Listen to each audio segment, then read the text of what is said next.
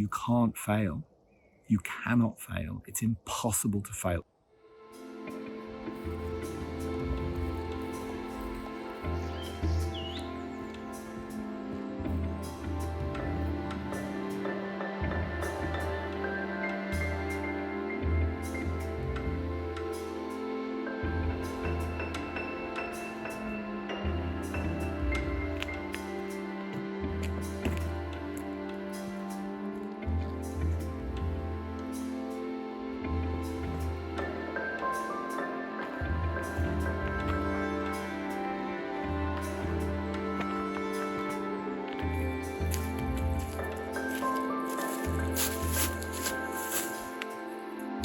About 5 years ago, I got a job working on a TV show called The Last Kingdom, shooting out in Hungary.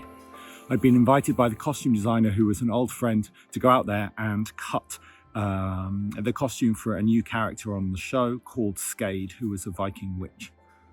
When I got out there, my first week, I did my first fitting with the young actress, who was very charming, and we had a lovely chat in the fitting room, and she told me about her working day that day. And after the fitting, she was going to go and have horse riding classes and then sword fighting classes. And I remember being punched in the chest with this unbelievably strong feeling of envy of this young woman. And I went away really confused. I hadn't felt like that for a really long time about anything. And I spoke with a friend, and they said, you really, really need to go investigate that. Envy is a really interesting feeling. And it's envy, not jealousy. I didn't begrudge what she had. Like, good for her. You know, it was not a negative feeling. It was just about me. So I went back home and I signed up for an intro to acting course in my hometown, and had the most amazing time. I loved it. And I realized there was a part of me, there was a 5-year-old in me that desperately needed to play with other people and make up things and show off. And I started to take steps towards exploring that more. The lockdown happened, and I started to do some comedy improv online. That was all I could do in my hometown at the time. But at the beginning of in kind of September, October of 2020, I moved up to Glasgow to go work on Outlander, doing leatherwork. And whilst up there, I signed up for an intro to screen acting course. And I met the person who ran that course, who's now a good friend of mine. And I started to do some screen acting. I'd never done it before, apart from doing some YouTube-y stuff. And I thought I was rubbish. I practiced. My friend there told me that actually I wasn't so rubbish, that I was quite good.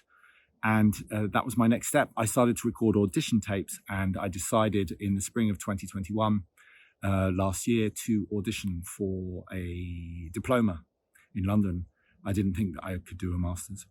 And I did that audition. At the end of it, they said, we'd like you to apply for our 2-year MFA course, Masters of Fine Arts. And I hung up from that audition and went, I could do an MA. And this is really interesting. I didn't believe that I was good enough to do that. I thought that I needed years of training. And so I was taking these baby steps, which were quite cautious. And what was happening is I took these baby steps. People in front of me were kind of pulling me forward. The situation was like, no, not such a small step. You can take a bigger step, do an MA. I applied for a bunch of different courses. I got a bunch of different offers, and I ended up at East 15,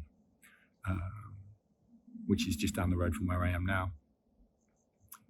I had to work really hard from 2020 all the way to September of 2021 when the course was starting. I managed to save enough money to get on the course. And in the 2 weeks just before the school was about to start, I had a massive freak out. Like, I have never in all of my life felt such resistance to something that I had previously really wanted to do. And it was huge. I didn't think I could do the course. I wrote insane emails to the course director, complaining about this and that, and just freaking out. And she was wonderful. And anyway, in the end, I decided to cancel my student loan because I didn't want to waste it on that course if it turned out to be the wrong school. And I decided that I was just going to show up on the first day, see how I felt. And if I didn't like it, I would leave at the end of that first day. So I did that on day 1. I did that on day 2, on day 3, on day 4. I can leave at the end of the day. I can quit. Then about 4 weeks in, the fees for the first term were due.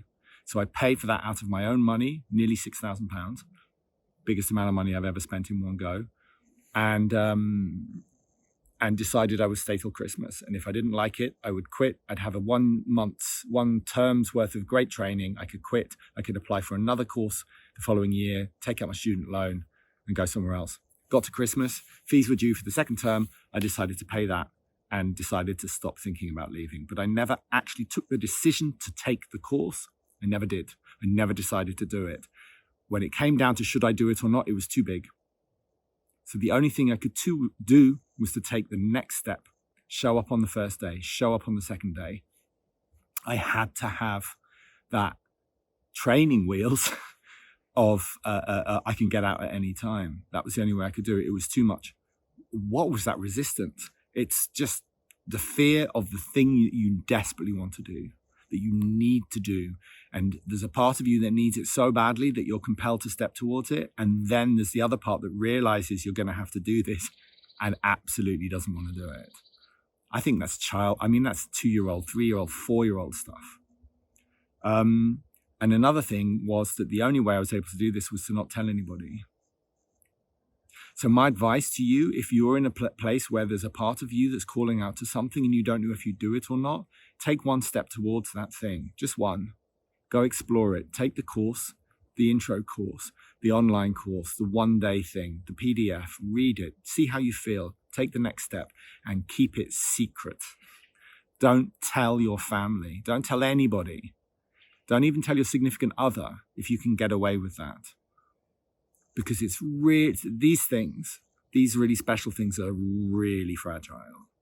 They only need one tiny breath of doubt on the side of don't do it from a person well-meaning, and it'll collapse like a house of cards. Considering how hard I found it to do that course, there's no way I could have tolerated anyone in my family saying anything. If my parents had said, "Oh, that's a wonderful idea," it would have collapsed. You know when someone that you don't have the greatest relationship with tells you to go see a movie because it's brilliant, and you discover that you can't go and see the film now because they've said something? That's that. Just don't tell anybody. Keep it secret. It's the only way that I was able to do it. What I've discovered on this course were a few things. Number one is that people respond to me as a performer. I don't actually know if I'm any good, and that's blissful. I don't even kind of care that much if I'm good. I care if people are impacted by what I do. That's it. And if they're impacted, then it was, I'm trying not to use the word successful. If it impacted people, then it worked. I can't fail. I can't succeed. Failure is no longer a word that I use. I'll try something. If it doesn't work out, I'll try something else. I don't get stage fright, astonishingly, because I trust myself. I know that if I forget something in the moment, I'll find something else. I trust that there is a creative part of myself that knows what it's doing. And I don't care what other people think. Of course I care, to a point, but I don't really care. What other people think about me is none of my business. What other people think about me is none of my business. That's the takeaway. Baby steps. Don't tell anybody. Don't worry what other people think. Trust yourself. You've got this. Doesn't matter what it is. This is acting for me. It can be anything for you. Trust yourself. It's all in there. It's all hidden underneath all the lies and the misgivings that other people have placed on you, that society has diminished you with. And here's another thought, a final thought.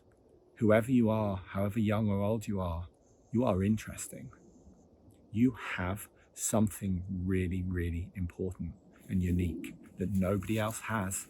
It might be a tiny, tiny step away from something that somebody else has.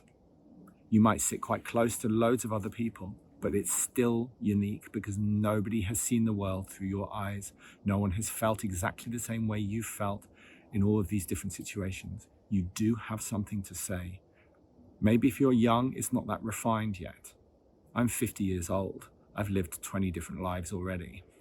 So I've got to refine it and cut away a lot of stuff, and I trust myself more. If you're 20, this probably isn't going to land in you straight away, but don't give up. Keep taking those baby steps. Keep listening to yourself. Keep trusting yourself. Talk to other people, absolutely. Learn from other people, but trust yourself. That was the biggest thing that was robbed from me in my childhood, that I had no self-trust. And now I get it. You can't fail. You cannot fail. It's impossible to fail. Even if your goal is to make loads of money and get this particular relationship and have this car or this house or have this job, and you don't get any of those things, it's not a failure, because along the way you'll discover something else that's more interesting. You'll discover that you never wanted the car, that actually that person you were madly in love with wasn't so great for you.